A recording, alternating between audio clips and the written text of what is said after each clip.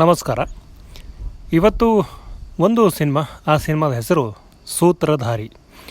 ಸೂತ್ರಧಾರಿ ಸಿನಿಮಾದ ಹೀರೋ ಯಾರು ಅನ್ನುವಂಥದ್ದು ಎಲ್ಲರಿಗೂ ಗೊತ್ತಿರುವಂಥ ವಿಚಾರ. ಆದರೆ ಹೀರೋ ಆಗಲೇಬೇಕು ಅನ್ನುವಂಥ ಆಸೆ ಏನಿದೆಯಲ್ಲ, ಅದನ್ನು ವ್ಯಕ್ತಪಡಿಸಿದವರು, ಆ ಒಂದು ಕನಸನ್ನು ಕಂಡವರು ಚಂದನ್ ಶೆಟ್ಟಿಯವರ ತಂದೆಯವರು.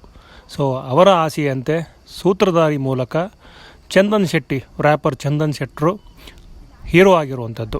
ಕಿರಣ್ ಕುಮಾರ್ ಈ ಚಿತ್ರದ ನಿರ್ದೇಶಕರು, ನವರಸನ್ ಈ ಚಿತ್ರದ ನಿರ್ಮಾಪಕರು, ಅಪೂರ್ವ ಈ ಚಿತ್ರದಲ್ಲಿ ಚಂದನ್ ಶೆಟ್ಟಿ ಅವರಿಗೆ ಜೋಡಿಯಾಗಿರುವಂಥದ್ದು. ವಿಶೇಷವಾಗಿ ಈ ಚಿತ್ರದ ಒಂದು ಸೂತ್ರಧಾರಿ ಯಾರು ಅನ್ನುವಂಥ ಒಂದು ಪ್ರಶ್ನೆ ಬರುತ್ತೆ. ಇಲ್ಲಿವರೆಗೂ ಸೂತ್ರಧಾರಿ ಚಂದನ್ ಶೆಟ್ಟರು ಅಥವಾ ಚಂದನ್ ಶೆಟ್ಟಿ ಆಗಿರ್ಬೋದು ಅಂಥೇಳಿ ಎಲ್ಲರಿಗೊಂದು ಗೆಸ್ಸಿಂಗ್ ಇತ್ತು. ಆದರೆ ಸಿನಿಮಾದ ಟ್ರೈಲರ್ ಬೇರೆ ಕಥೆನೇ ಹೇಳ್ತಾ ಇದೆ. ಇಲ್ಲಿ ಸೂತ್ರಧಾರಿ ಯಾರು ಅನ್ನುವಂಥ ಒಂದು ಪ್ರಶ್ನೆಯನ್ನು ಅಥವಾ ಆ ಒಂದು ಪ್ರಕರಣವನ್ನು ಬೆನ್ನಟ್ಟಿ ಹೊರಡುವಂಥ ಪೊಲೀಸ್ ಆಫೀಸರ್ ಯಾರಪ್ಪ ಅಂದರೆ ಅದು ಚಂದನ್ ಶೆಟ್ಟರು ಮಾಡಿರುವಂಥ ಒಂದು ಪಾತ್ರ, ಅದು ಪೊಲೀಸ್ ಪಾತ್ರ. ಸೊ ಆ ಪಾತ್ರದ ಆಟ, ಓಟ ಮತ್ತು ಅದರ ಸೆಳೆತ ಎಲ್ಲವನ್ನೂ ಈ ಒಂದು ಟ್ರೈಲರ್ನಲ್ಲಿ ನಾವು ನೋಡಬಹುದು. ಟ್ರೈಲರ್ನಲ್ಲಿ ಸಾಕಷ್ಟು ವಿಷಯಗಳನ್ನು ಹೇಳಿರುವಂಥದ್ದು, ಒಂದಷ್ಟು ಕೊಲೆ ಅಥವಾ ಒಂದಷ್ಟು ಸಸ್ಪೆನ್ಸ್ ಥ್ರಿಲ್ಲರ್ ಎಲಿಮೆಂಟ್ಸನ್ನು ಈ ಒಂದು ಟ್ರೈಲರಲ್ಲಿ ನೋಡ್ಬೋದು. ಡೈರೆಕ್ಟರ್ ಕಿರಣ್ ಕುಮಾರ್ ಏನಿದ್ದಾರೆ, ತುಂಬ ಒಳ್ಳೆಯ ಒಂದು ಕೇಸನ್ನು ಇಟ್ಟುಕೊಂಡು ಸಿನಿಮಾ ಮಾಡಿದ್ದಾರೆ ಅಂಥೇಳಿ ನಮಗೆ ಈಗಲೇ ಫೀಲ್ ಆಗ್ತಿರುವಂಥದ್ದು.